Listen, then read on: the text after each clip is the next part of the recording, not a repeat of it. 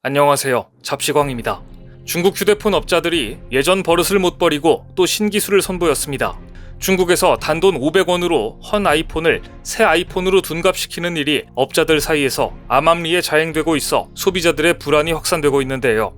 보시는 장면은 중국에서 애플 아이폰 13 시리즈를 재포장하는 모습입니다. 케이스 상부와 하부의 안쪽에 스티커를 붙인 뒤 케이스를 닫고 남은 스티커를 바깥에 붙이는 방법으로 새 제품처럼 만들어내는데 모든 과정이 채 1분도 걸리지 않습니다. 단돈 500원짜리 스티커 한 장으로 중고 아이폰 14 시리즈를 정품 아이폰 14 시리즈로 둔갑시켜 판매하고 있는 것입니다. 알리익스프레스 등 중국 현지 온라인 쇼핑몰에서는 아이폰 14 패키지 박스 재포장용 정품 스티커가 한화로 약 500원에서 700원에 거래되고 있는데요. 스티커뿐만 아니라 아이폰 14 시리즈용 빈 패키지 박스까지 버젓이 거래되고 있습니다. 중국에서 아이폰 상자 재포장을 위한 스티커가 등장한 것은 지난해부터였습니다. 당시 애플은 오는 2025년까지 모든 애플 제품 포장에 비닐을 쓰지 않겠다고 밝혔습니다. 기존에는 비닐로 봉인하던 제품 포장 방식을 비닐 사용을 줄이겠다며 스티커 개봉 방식으로 바꾼 것입니다. 그러자 중국 핸드폰 업자들은 애플의 의도를 악용해 재봉인 스티커를 제작, 판매하기 시작했습니다. 급기야 중국 심천 화창베이 상인들이 빈 아이폰 13 패키지 박스를 새 정품 아이폰 13처럼 포장한 뒤 봉인하는 영상이 온라인 커뮤니티에 올라오자 네티즌들은 중국이 중국했다며 남의 지적재산권, 피땀 흘려 개발한 창의성을 푼돈에 카피해버리는 중국의 행태에 비난을 쏟아냈습니다. 문제는 이처럼 스티커 하나로 헌 아이폰을 새 아이폰으로 탈바꿈시켜버리자 중국 기업들이 제대로 된 제품을 만들 생각 자체를 하지 않게 된다는 점입니다. 중국산 제품에 대한 안전성 논란이 계속되고 있습니다.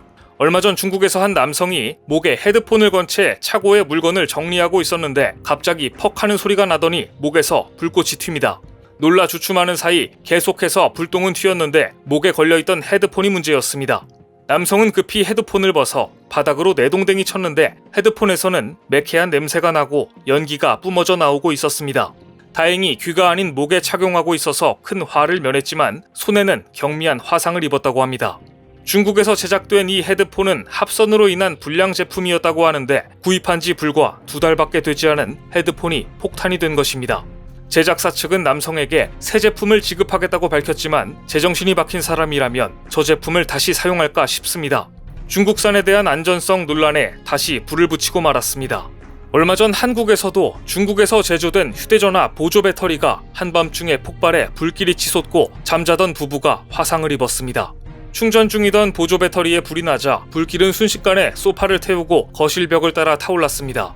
부부는 119에 신고할 겨를도 없이 바로 베개를 이용해 불길을 제압했지만 이 화재로 집주인은 화상을 입었고 유독가스를 흡입했습니다. 폭발한 휴대전화 보조 배터리는 부풀어 올랐고 내부 부품들이 터져 녹아 있었는데요.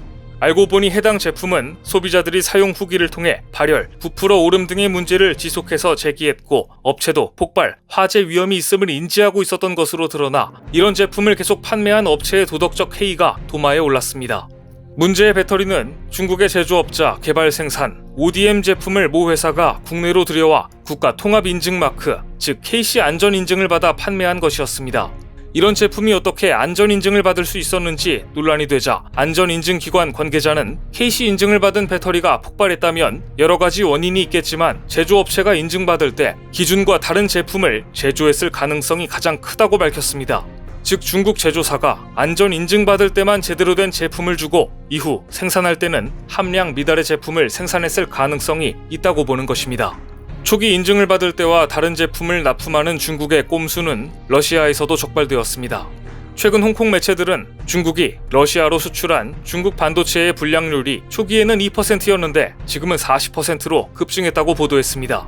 국제적 따돌림을 당하고 있는 러시아가 서방의 제재로 반도체 장비와 소프트웨어 등을 수입할 수 없게 되자 지난 3월에서 6월 사이 중국 반도체의 러시아 수출은 전년 동기 대비 209%나 늘었습니다.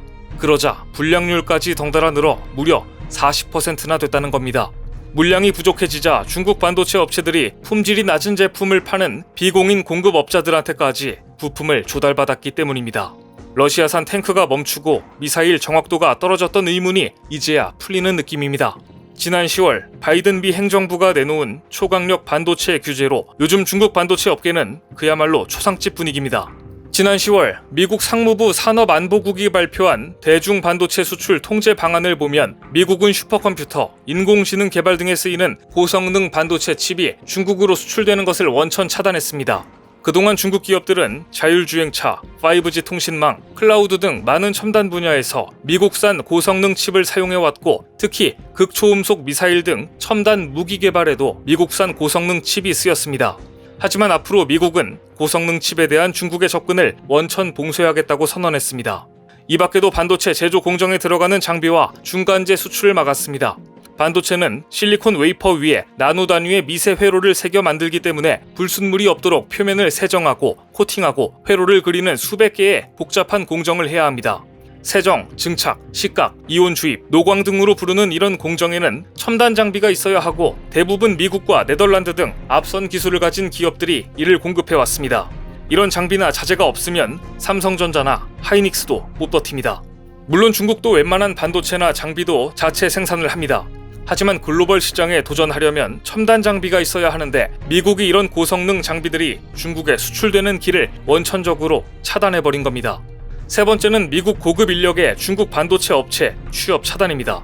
그동안 미국의 고급 인력들이 중국 반도체 업체에 임원으로 일하며 미국에서 장비와 자재를 사오고 기술을 제공해왔습니다. 그래서 중국이 그나마 이 정도 반도체를 생산해왔는데 이제 이런 고급 인력 공급까지 막겠다고 선언한 것입니다. 최근 미국은 미국 시민권자인 고급 인력들에게 양자 태기를 강요하고 있습니다.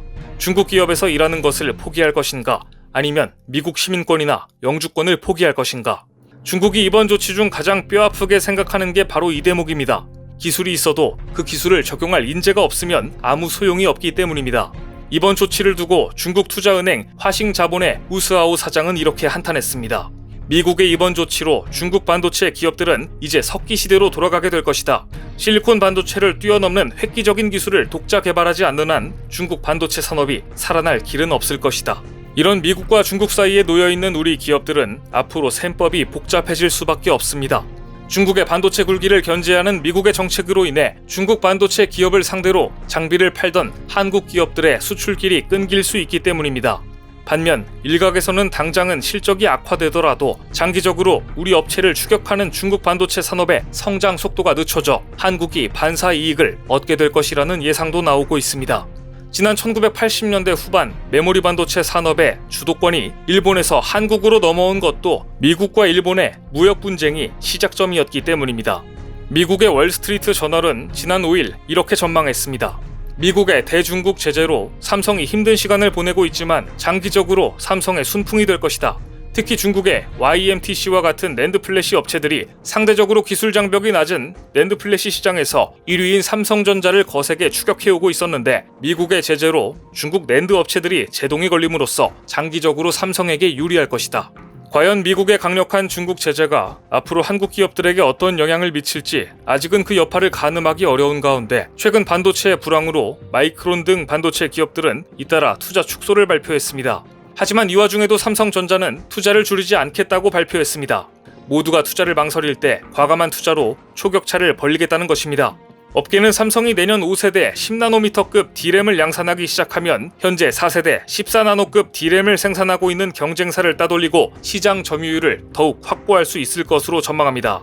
과연 중국으로의 수출길도 급격히 막히고 있고 예상보다 빨리 반도체 불황도 다가왔는데 삼성이 이 파고를 어떻게 넘고 세계 1위를 지켜낼지 전 세계가 주목하고 있습니다. 오늘 준비한 소식은 여기까지입니다. 댓글을 통한 여러분들의 많은 의견 기다리겠습니다. 시청해주셔서 감사합니다.